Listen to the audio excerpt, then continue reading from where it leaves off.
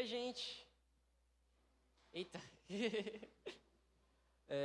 Antes de começar, já aproveitar que a gente está nessa oração, eu queria orar uma coisa.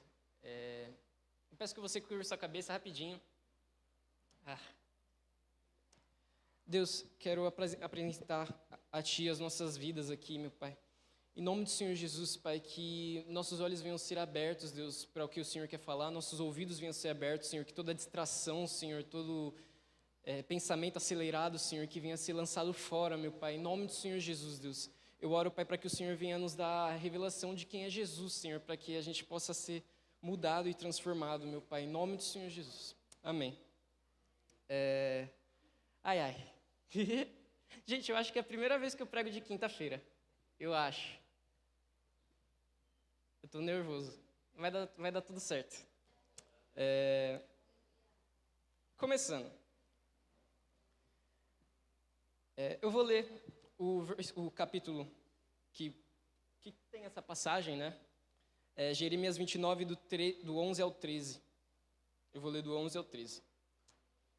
Se vocês puderem abrir aí, por favor.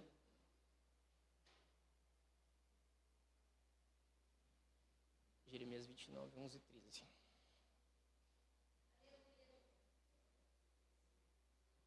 Vai? Tá, eu vou começar aqui. Jeremias 29, do 11 ao 13, diz assim: Eu é que sei os pensamentos que tenho a respeito de vocês, diz o Senhor. São pensamentos de paz e não de mal, para dar-lhes um futuro e uma esperança. Então vocês me invocarão, se aproximarão de mim em oração, e eu os ouvirei. Vocês me buscarão e me acharão quando me buscarem de todo o coração. É interessante que esse capítulo de Jeremias ele está mandando uma carta, né, um recado para o pessoal que ainda estava exilado na Babilônia. Então, Jeremias e um povo estava em Israel já, e o outro povo estava na Babilônia ainda. E o interessante é que, nessa passagem, uns versículos antes, eles falam: Deus dá ordem para eles que eles construam casas na Babilônia, que eles casem, que eles tenham filhos, que eles deem as filhas deles em casamento, fala para eles prosperarem lá e tal. O mandamento, a ordem de Deus para aquele povo naquele momento na Babilônia era: continua vivendo a vida de vocês aí normalmente, e aí quando passar 70 anos eu vou me atentar para vocês, vou virar meus olhos para vocês, e vocês se aproximarão de mim em oração, e se vocês me buscarem de todo o coração, eu ouvirei vocês, eu serei achado, né? Eu poderia ser achado. O que me chama a atenção, e o que sempre me chamou a atenção nessa passagem, é a condição de que, beleza, o povo já está lá 70 anos na Babilônia, fazendo aquilo que Deus tinha falado para eles, né? Casando, tendo filhos, prosperando lá e tal, mas Deus fala: em 70 anos, daqui a 70 anos, eu vou poder ser achado por vocês, mas só se vocês me buscarem de todo o coração. Só se for de todo o coração. E é interessante que Deus está falando isso, Deus está usando a vida de Jeremias para falar isso para um povo que já sabia da doutrina, para um povo que já sabia da forma de agir, para um povo que já tinha um ensinamento, que já conhecia a palavra, né, os pergaminhos, todas essas coisas. Deus não está falando isso para um povo que, muitas vezes como nós, que acabamos de conhecer a Deus e a gente ainda não sabe a forma certa de agir.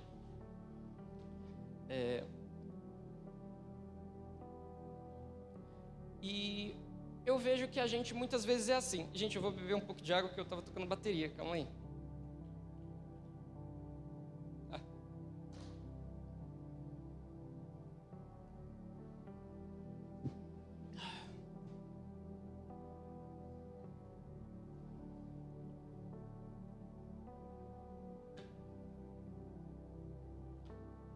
Tá. E orando para ministrar essa palavra, Deus me mostrou que muitas vezes nós somos assim, né? Ele me mostrou o meu caso. Eu sempre repito isso para o pessoal do Growing, essas coisas já deve estar cansado de ouvir. Mas eu cresci na igreja, eu nasci na igreja, eu fui ensinado a forma de viver da igreja e todas essas coisas. Mas eu só fui me converter de verdade quando eu já estava numa certa idade, né? É aquela coisa, Deus não tem neto, né? Então, chega um momento em que a gente tem que ter uma experiência pessoal e individual, né? Um momento da virada de chave, assim. E boa parte da minha vida eu achava que esse de todo o coração que ele fala aqui é relacionado às coisas que a gente faz. Eu não entendia realmente o que significava esse de todo o coração. Agora uma pergunta. Se a gente pensa que, na Bíblia também fala que onde está o nosso tesouro está o nosso coração, né? E o tesouro é aquilo que a gente considera de mais valioso, né? Agora eu te pergunto, o que você tem considerado de mais valioso na sua vida? Se é meu serviço, então eu vou me esforçar ao máximo para servir bem. Se é, sei lá, se eu sou pai ou se eu sou mãe, então eu vou ser um ótimo pai. Se é minha pureza, então eu vou me esforçar ao máximo para me manter assim. Se são os meus talentos, então eu vou fazer o máximo para que eles multipliquem, que ele seja o talento, que eu seja a pessoa talentosa e mais esforçada do mundo. Só que na Bíblia também fala pra gente, nesse mesmo versículo, né, de Lucas, ele fala pra gente não nos apegar às coisas desse mundo, né? Pra gente não pensar, não ajuntar terrenos nessa terra, porque aqui a traça corrói. Beleza. Todos esses pontos são bons e são corretos, o que eu falei, né? Então, se você é um bom pai, se você é um pai, se você tem o talento de ser pai, então se esforce para ser o melhor pai. Se você é mãe, se esforce para ser a melhor mãe que você puder, e assim você vai estar honrando a Deus também, né? Se você tem um negócio, então se esforce o máximo possível para servir, prosperar, porque assim você vai estar honrando a Deus também. Só que em nenhum momento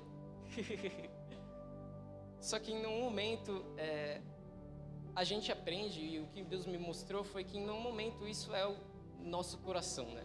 Isso deve ser o mais valioso do nosso coração. Por quê? Porque no momento em que, se eu sou um pai, no momento em que meus filhos saírem de casa, o que eu vou fazer? Se eu sou uma mãe, no momento em que meus filhos saírem de casa, o que eu vou fazer? Se eu toco bateria, no momento em que eu for velho e meus dedos não aguentarem mais, o que eu vou ser? Se eu cantar e quando eu for velho eu ficar rouco, o que eu vou ser? Vocês entendem que, tipo, todas essas coisas se vão, e se a gente se apegar nelas, a gente está literalmente colocando o nosso maior tesouro naquilo que se vai.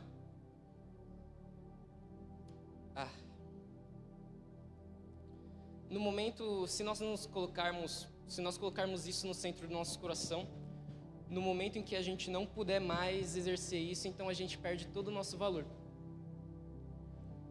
Toda a nossa virtude, tudo aquilo que a gente achava que era bom. Não sei se vocês conhecem uma pessoa assim, uma pessoa que, tipo... Eu conheço uma pessoa assim, uma pessoa que nasceu, viveu, cresceu, aprendeu a andar, e depois de aprender a andar já estava trabalhando.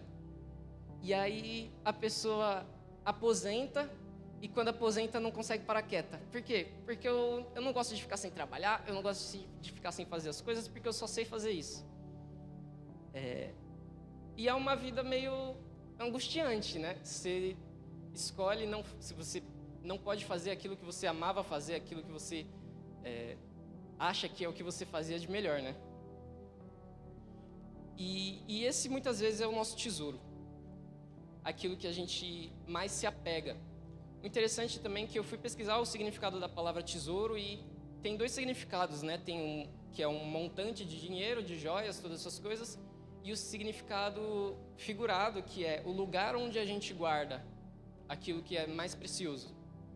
Então, o tesouro muitas vezes não é aquilo que a gente coloca lá, mas é o valor que a gente dá para aquilo, né? Não sei se vocês já viram aqueles desenhos em que, tipo,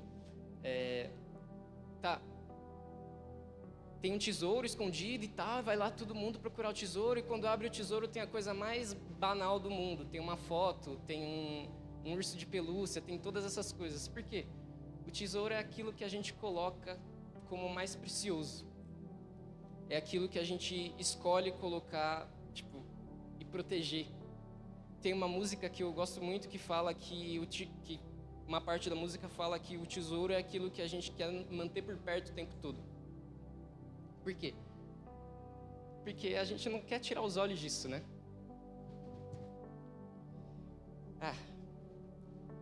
E eu não estou falando que, como eu disse, que seja errado a gente servir da melhor forma, a gente tocar da melhor forma. Muito pelo contrário, né? A gente deve fazer isso, porque Deus é merecedor do nosso melhor.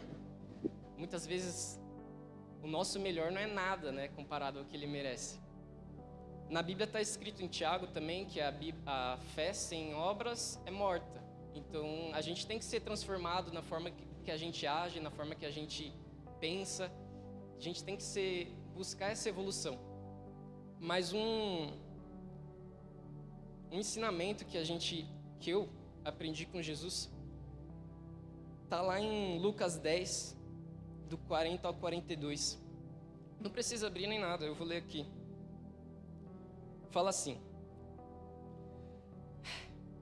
Marta agitava-se de um lado para o outro, ocupada em seus serviços. Então se aproximou de Jesus e disse: O Senhor não se importa com o fato de minha irmã ter deixado que eu fique sozinha para servir? Diga-lhe que venha me ajudar. Mas o Senhor respondeu: Marta, Marta, você anda inquieta e se preocupa com muitas coisas, mas apenas uma é necessária. Maria escolheu a boa parte e essa não lhe será tirada. Gente, quando eu era mais novo, glória a Deus por isso, né? Gente, quando eu era mais novo, eu li essa passagem, tem tantas outras passagens na Bíblia também, mas eu li essa passagem e eu ficava indignado. Eu ficava, oxe, Deus, tipo, Maria estava sendo folgada, né? Tava lá, o povo conversando, batendo papo, tipo, Maria tinha o mesmo ensinamento que Marta. Maria tinha vindo do mesmo lugar que Marta. Cresceu junto com Marta. O costume de Israel naquele tempo era, até hoje, né, gente? Eu vou receber uma pessoa em minha casa e eu vou o quê? Vou, sei lá, colocar uma comidinha, colocar alguma coisa. Às vezes não, né?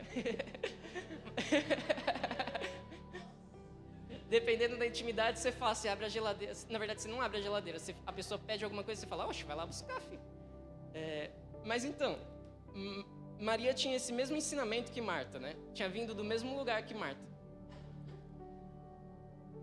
Só que tinha uma diferença entre as duas. Quando elas se depararam com Jesus, uma se apegou naquilo que ela tinha aprendido e a outra virou e falou, tudo aquilo que eu aprendi não é nada comparado àquilo que está acontecendo aqui agora. Maria estava literalmente seguindo... Na verdade, eu acho que era mais Paulo seguindo o exemplo de Maria, né? Que ele fala... Diante da riqueza que é ganhar Cristo, eu considero tudo como perda, né? E o que nos ensina isso? O que me ensina isso? Quando a gente se depara com Jesus, a coisa mais valiosa que a gente tem é aquele tempo. É o agora. É o... Tipo, me desapegar das minhas preocupações, me desapegar da minha justiça, me desapegar dos meus pensamentos, me desapegar do meu tesouro, daquilo que eu mais tenho apego. Jesus, ele não repreendeu Marta. O que me deixa com uma pulga atrás da orelha é que Jesus não repreendeu Marta. Jesus não virou para Marta e falou, Marta, para tudo o que você está fazendo e vem aqui sentar para você me ouvir. Foi uma decisão de Maria deixar tudo.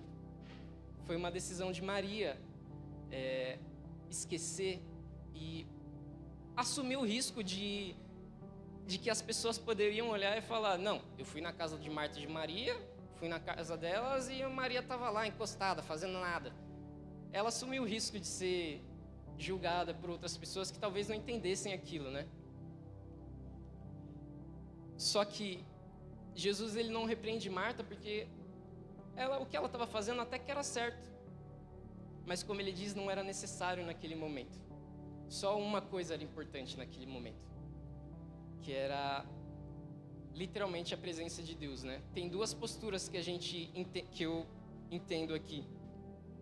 Uma postura que se apegou naquilo que ela sabia fazer de melhor, que Marta era servir, e a postura que entendeu de que aquilo que ela poderia fazer de melhor não era nada comparado àquilo que ela poderia receber de melhor, aquilo que ela poderia se encher de melhor, aquilo que poderia transformar ela de dentro para fora, literalmente.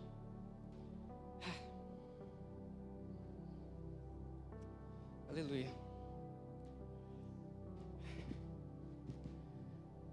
De nada adianta nós entregarmos o nosso serviço para Deus se o nosso coração não estiver com Ele. Gente, como eu sou músico, né? Eu gosto muito de ouvir músicas, e uma coisa que eu aprendi com o tempo foi realmente prestar atenção naquilo que elas estão falando, né? Eu não lembro o nome da música, mas tem uma música que ela fala que, tipo, tudo aquilo que eu poderia fazer não é nada comparado àquilo que eu poderia receber dele. É aquilo que eu acabei de falar. E essa mesma música fala que Deus, ele não escolheu em habitar em casas, em vasos feitos pelas mãos de homens, mas ele escolheu habitar num vaso que foi ele mesmo que fez, né? Um vaso de carne que muitas vezes erra. Essa música me trouxe um ensinamento. Eu olhei e falei, caramba, é verdade, né?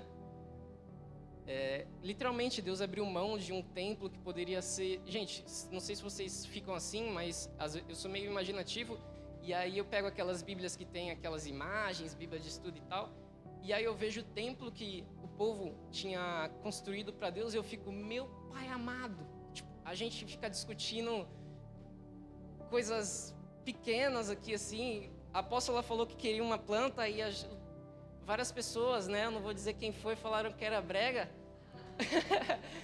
a gente fica discutindo essas coisas, e literalmente Deus abriu mão de tudo isso para habitar dentro de nós, né?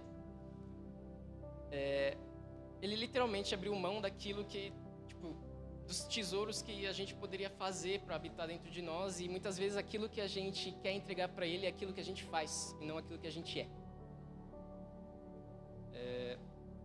É uma coisa que Deus tem eu tenho aprendido a duras penas isso. Às vezes a gente vai aprender e como o povo de Israel, a gente fica andando em círculo várias vezes, né? E uma coisa que eu percebi que Deus sempre tem me colocado em meu coração é isso, de que Ele não quer somente aquilo que a gente pode... Na verdade, Ele não quer nada daquilo que a gente pode fazer com as mãos. Ele quer aquilo que a gente pode entregar com o nosso coração.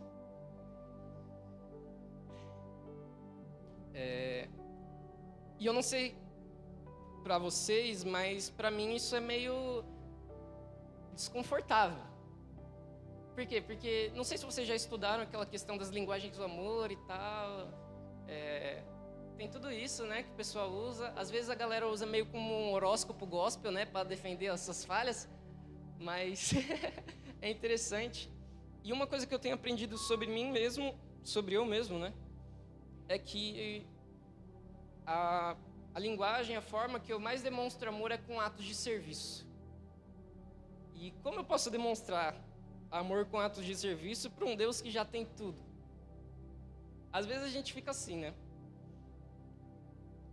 Como eu posso demonstrar amor com aquilo que eu faço para um Deus que, tipo, literalmente no reino dele o ouro é piso para os nossos pés, assim. É aquilo que a gente anda em cima, aquilo que literalmente é poeira.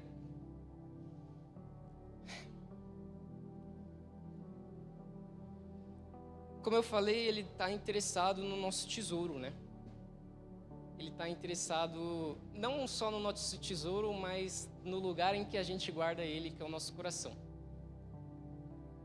Ele quer ser o nosso maior tesouro, o nosso bem mais precioso. Amém. Não sei se vocês já pararam para... Acho que é normal isso. Às vezes a gente está conversando com a pessoa, aí a gente eu sou muito assim, às vezes eu falo, tal pessoa, tal fulano é meu projeto de evangelização. Aí eu falo, não, eu vou conversar, eu vou influenciar essa vida, a vida dessa pessoa até ela, tipo, abrir uma brecha para Cristo, né? E aí um pensamento que muitas vezes vem na nossa mente é, nossa, fulano é muito legal, o que falta nele é Jesus. Fulano é muito gente fina, tipo, ele não mente, ele não fala palavrão, ele, tipo, todas essas coisas, mas o que só falta nele é ser cristão. Gente, Deus me mostrou que essa é a maior mentira que a gente pode contar para nós mesmos. É a coisa mais nada a ver que a gente pode falar sobre uma pessoa. Porque a nossa vida não é um quebra-cabeça em que Jesus é aquela partezinha que a gente coloca no meio, assim. Se nossa vida for um quebra-cabeça, Jesus é aquela bola gigante do Indiana Jones que corre atrás da gente e amassa tudo, e molda tudo, e faz tudo de novo. Jesus, ele não está interessado na minha e na sua vida em ser uma parte daquilo que a gente vive. Ele está interessado em ser tudo aquilo que a gente vive. Nos nossos dias, quando nós formos para o trabalho, quando nós formos para a faculdade, quando nós formos para a escola, quando nós viermos para a igreja, quando nós olharmos para o nosso irmão, olharmos tanto para os nossos irmãos aqui, quanto para uma pessoa que está perdida na rua, ele está interessado em realmente moldar cada parte da nossa vida.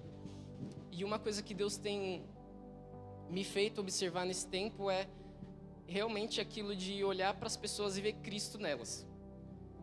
Deus, às vezes a gente fica pensando que Deus morreu só pela gente, né? Que Jesus morreu só pela gente. Às vezes a gente fica pensando que, sei lá, tal fulano ainda não é 100% cristão.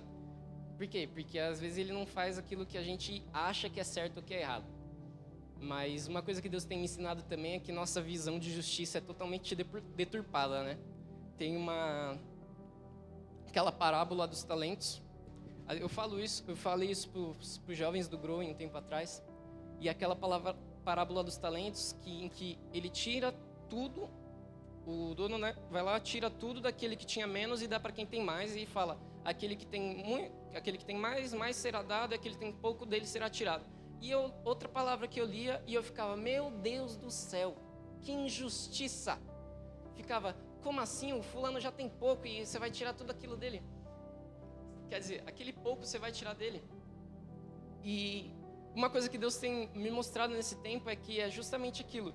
O que tem mais, ele mereceu aquele mais. Por quê? Porque ele foi atrás de fazer render, né?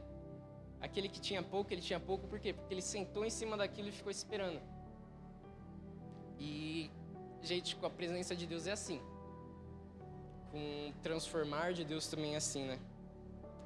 Se a gente achar que, como eu falei, e tratar Jesus como uma peça do quebra-cabeça, em que é uma parte daquilo, é uma parte do todo, uma parte da imagem que é a nossa vida, então ele vai ser aquela única peça, e quando Jesus voltar, ele vai pegar essa peça e falar, não, agora eu preciso dela, eu vou colocar lá. E a gente vai ficar com uma peça faltando pro resto da eternidade. Mas se a gente deixar ele vir fazer o centro de tudo, então ele vai, como ele é o centro, como ele é tudo em nós, ele vai pegar a gente pelo colo, pegar a gente no colo, né? Pegar a gente pela mão e falar, não, agora você pode fazer parte do tudo. Pro resto da eternidade, né? E para isso, uma coisa que eu tenho aprendido com Deus e uma coisa que a gente tem falado com os jovens no Growing, a gente está fazendo umas aulas baseado num livro que chama Campo de Batalha da Mente, né? E ele é muito interessante e tal. E uma coisa que Deus tem me ensinado, né? E eu tenho repetido para ele sempre é que Deus, ele não... Beleza, a gente pode saber de todas as coisas, todas as respostas, Deus pode ter mostrado para a gente. Mas ele, na verdade, a gente aprende que Deus é cavaleiro, né? Cavaleiro, ele não deixa a gente... Ele não coloca a mão se a gente não deixar que ele ponha a mão. Ele não vai pegar uma coisa, tipo, vou tomar um rumo disso aqui, se a gente não entregar o rumo para ele primeiro. E as nossas vidas é exatamente assim. Uma coisa que a gente tem aprendido e que eu tenho aprendido é que a gente tem que, muitas vezes, caminhar com Cristo muitas vezes é abrir mão daquilo que pra gente faz sentido. E, Gabriel, o que isso tem a ver com o tesouro? Eu vou chegar lá. O que isso tem a ver com o nosso coração? Eu vou chegar lá também. O abrir mão da nossa razão, o abrir mão daquilo que a gente se apega, para viver com Cristo é exatamente isso. Você escolhe esquecer, como a gente fala para o Groen, você escolhe esquecer das palavras que você ouve a vida toda, daquilo que te disseram a vida toda, que você é isso, que você é aquilo, que você é fracassado, que você é ansioso, que você não é criativo, que você é, sei lá, desajeitado. Você escolhe esquecer de tudo isso, mesmo que faça sentido, mesmo que na sua visão faça sentido, para escolher viver as palavras de Cristo na sua vida, que muitas vezes não fazem sentido. E uma coisa que eu estava vindo para cá e eu estava relendo a ministração, refletindo nela, e uma coisa que Deus colocou na minha mente foi que, tipo, Deus ele não está interessado nenhum por cento em fazer sentido, gente. Se Deus tivesse interessado em fazer sentido, ele não tinha andado sobre as águas, Jesus não tinha andado sobre as águas, não tinha aberto o Mar Vermelho, não tinha feito nada disso, não tinha chamado um publicano, que era traidor do povo de Israel, para andar com ele. Deus não está interessado em fazer sentido nenhum, mas a gente se apega nisso, na nossa razão, né?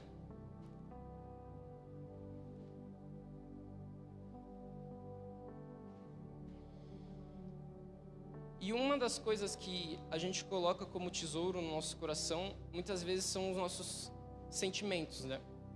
São as nossas escolhas, aquilo que nós achamos que nós somos. Então, um tesouro, muitas vezes é indignação. Sabe aquela pessoa que você... a pessoa que é...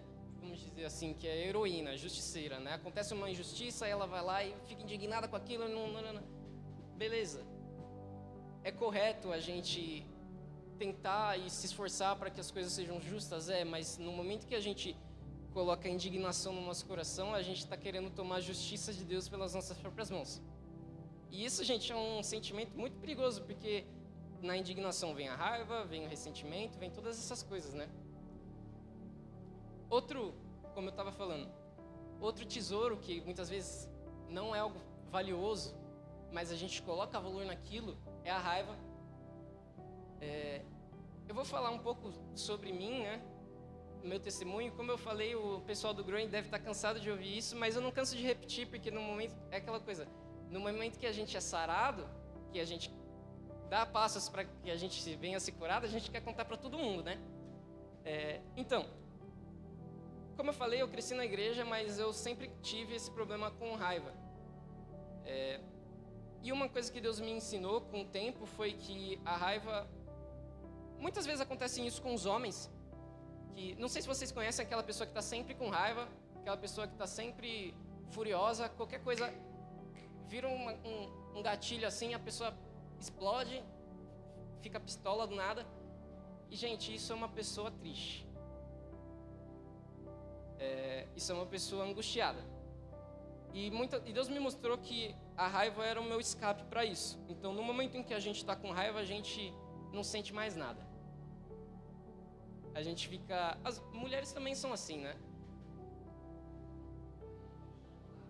A gente come chocolate? A gente come... Pode ser. É bom também.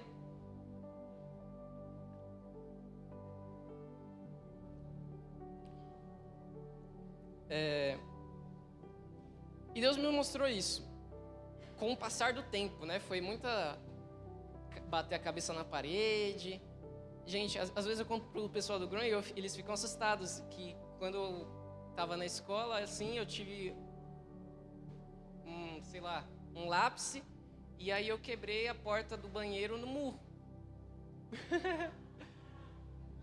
E, gente, eu era não sei, a maior parte aqui me conhecia, então, quer dizer, uma parte aqui me conhecia, então eu era tipo desse tamanho, gente. Eu tive que socar aquela porta muitas vezes para vocês verem como era o tamanho da minha raiva. E eu saí de lá com a minha mão sangrando. E você vê, né? E chegou um momento da minha vida em que, e é uma decisão que nós temos que fazer, foi um momento em que realmente eu senti que era a virada de chave, assim, na minha vida como cristão, né? Que até então eu nem, tipo, hoje eu olho para trás, eu nem me considero um cristão, eu era aquele cristão não praticante. Ai, gente. Em que, exatamente, eu olhei, estava lendo a Bíblia, com raiva, para variar um pouco, e aí eu fui dormir, e aí aquilo não passava e tal, e aí eu comecei a chorar de raiva, e eu senti que foi exatamente o Espírito Santo colocando as palavras na minha boca, assim, aquilo que eu não sabia como dizer, ele me usou, que na verdade ele me ajudou a dizer, né? Que é uma decisão, que a gente olha e a gente fala, Deus, com tudo aquilo que eu tenho, com tudo aquilo que eu tenho de mais precioso, com tudo aquilo que eu me apeguei até hoje, eu cheguei até aqui, eu tô dessa forma, mas eu não quero continuar assim. E como eu falei, Deus ele não está interessado naquilo que nós podemos fazer com as nossas mãos, mas naquilo que tem dentro do nosso peito, né? E agora, é uma pergunta, né? Aquilo que a gente tem colocado como mais valioso na nossa vida nos leva para qual lugar? Nos leva para um lugar que é precioso, que é realmente valioso, que é realmente, tipo, que vale realmente a gente gastar toda a nossa vida para alcançar, ou é lixo, esterco, como Paulo falou. Todas as outras coisas, na minha visão, todas as outras coisas que Paulo fala, né? Paulo fala em Filipenses 3:8, ele fala, mais do que isso, considero tudo como perda, comparado com a suprema grandeza do conhecimento de Cristo Jesus, meu Senhor, por cuja causa perdi todas as coisas e as considero como esterco para poder ganhar a Cristo e ser encontrado nele. E todas essas outras coisas que Paulo fala, na minha visão, não são só as outras coisas materiais. A gente pensa, não, considero tudo como perda, então não vou me apegar ao meu carro, não vou me apegar à minha casa, não vou apegar ao meu, sei lá, o meu notebook ou minha família, todas essas coisas. Mas o que é muitas vezes mais difícil de nós desapegarmos é daquilo que a gente coloca dentro de nós. Que nem eu falei, nossa indignação, nossa raiva, nossa ansiedade, que nada mais é do que um medo de não poder controlar o futuro, né? Porque no momento em que a gente deixa de se preocupar com o futuro, deixa de ser ansioso e se preocupar com o futuro, então a gente não sabe o que vai acontecer, né? E o que Deus colocou no meu coração para nós hoje é que, como eu falei, Ele não está interessado naquilo que nós podemos fazer com as mãos, mas na sinceridade que a gente pode entregar para Ele hoje. Uma das orações que eu estava fazendo aqui, antes de começar o culto, é para que Deus ele trouxesse clareza sobre aquilo que a gente sente. Uma das lutas que eu tenho aprendido e vivido muitas vezes é que a gente tem dificuldade em nomear aquilo que a gente luta.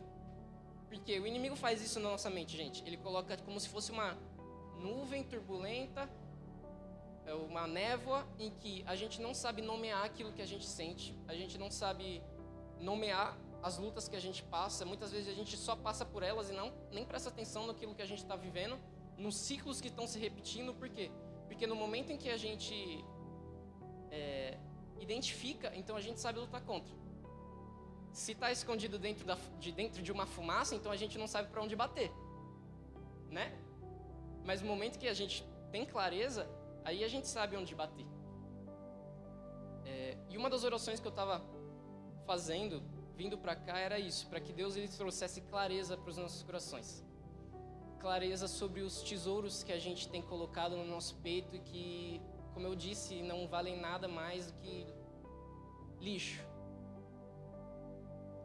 Sobre as coisas que nós temos guardado e nos apegado como tão precioso, escondido, como se fosse nossa maior riqueza, mas na verdade é esterco. Como eu disse, podem ser coisas que são boas, que são virtudes, então pode ser o serviço, pode ser todas essas coisas, pode ser coisas ruins, mas nada que eu me apego nesse mundo é mais valioso do que aquilo que eu posso me apegar na eternidade.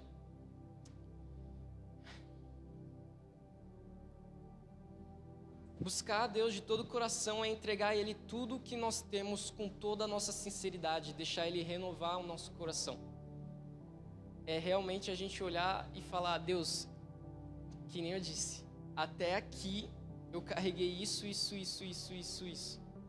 Até aqui eu cheguei, nesse momento na minha vida, eu carreguei todas essas coisas, mas eu não sei mais o que fazer com isso. Seja ressentimento, seja perda, seja dor. Não existe alegria maior em você, literalmente se sentir abraçado por Deus e no colo dele, assim, de que vem uma paz dentro de você que você nem sabe exatamente aquela paz que excede todo entendimento, né? E é uma decisão, que nem eu falei. A gente tem que abrir mão da nossa razão. Que nem eu dei o exemplo da indignação, a gente tem que abrir mão de falar, Deus, eu sei que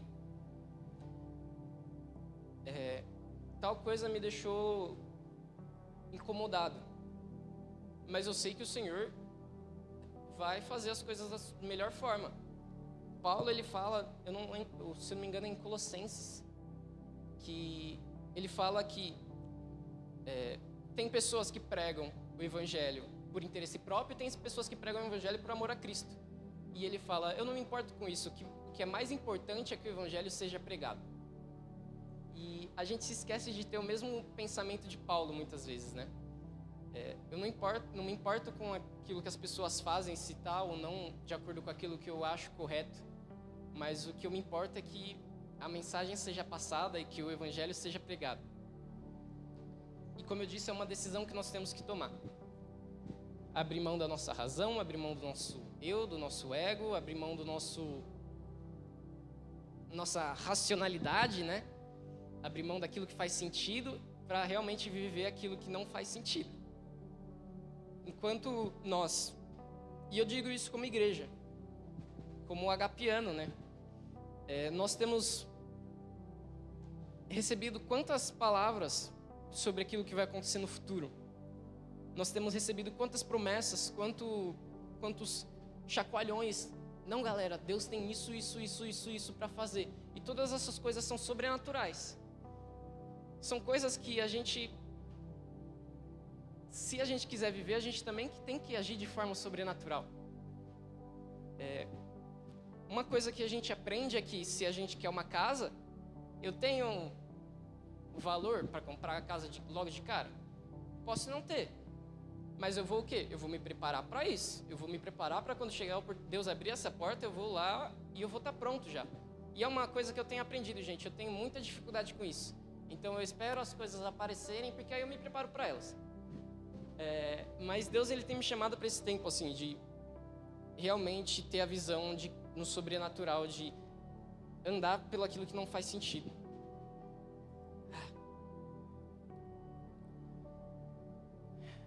E enquanto nós andarmos naquilo que a gente faz sentido na nossa mente, nos nossos pensamentos, nós vamos continuar sendo pegos nos mesmos ciclos, nas mesmas pedras, nas mesmas flechas que nos atacam, sabe aquela coisa que sempre, é a nossa pedra de tropeço que a gente acha. É a nossa pedra de tropeço. Eu posso estar numa boa, acontece tal coisa e acontece isso. Porque enquanto a gente continuar agindo de forma que faça sentido, a gente vai ser atacado nessa parte. A Letícia falou uma coisa semana passada e eu fiquei muito impactado, que ela falou sobre andar. Ela falou sobre a fé, né? Sobre quantos atos de fé a gente faz no nosso dia a dia. Por quê? Porque é impossível agradar a Deus sem fé é impossível agradar a Deus, né? Então a gente quer agradar a Deus todos os dias, né? E quantos atos de fé a gente faz nos nossos dias? E eu me vi muito assim, tipo, entre Deus e a parede, assim. Deus me colocando na parede falando, tá, quantos atos de fé você faz todo dia? Durante os dias. E uma coisa que Deus me mostrou que é um ato de fé também, como eu estou falando, não é só você ir lá e orar pelo seu irmão, mas é realmente você agir com amor para aquela pessoa que sempre te trata com maldade. Por quê? Porque eu creio que através da minha vida, através do amor que eu mostro para essa pessoa, Deus pode constranger o coração dela. Mesmo que durante 20 anos essa pessoa me trata assim. Mesmo que durante 30 anos, 40 anos, sei lá quantos anos, essa pessoa me trate assim. Por quê? Porque vai chegar um momento em que Deus vai ter uma brechinha pequenininha no coração dela, em que Deus pode entrar e pode ser a minha atitude que pode gerar isso, né? E é um pensamento que Deus colocou no meu coração.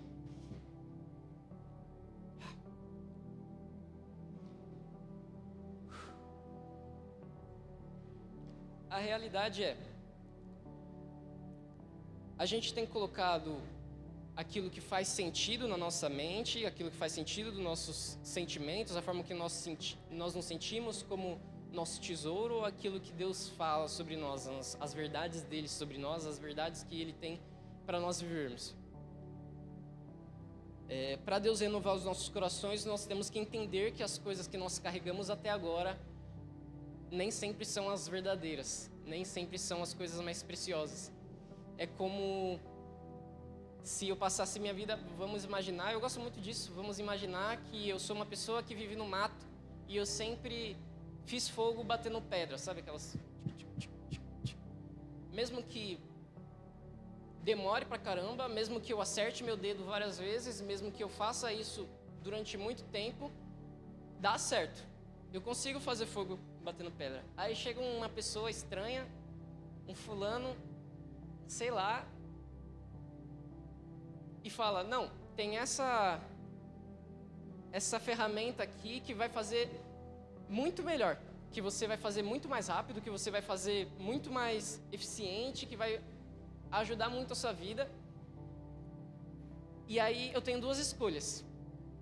E essa escolha que Deus coloca para nós hoje. Eu tenho a escolha de ignorar aquilo que Ele me falou e continuar vivendo a minha vida. Por quê? Por mais que dê trabalho, por mais que eu acerte meu dedo, por mais que eu demore muito para fazer as coisas, dá certo. Ao meu ver, né? Dá certo. A duras penas.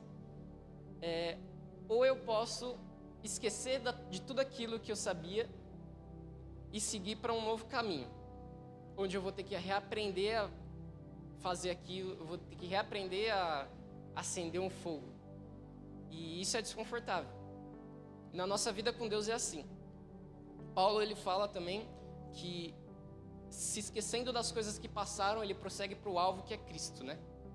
E as coisas que passaram é literalmente tudo. Que nem eu falei aqui, os nossos tesouros. Deus colocou no meu coração para essa noite, que é me buscarão e me acharão, quando me buscarem de todo o coração.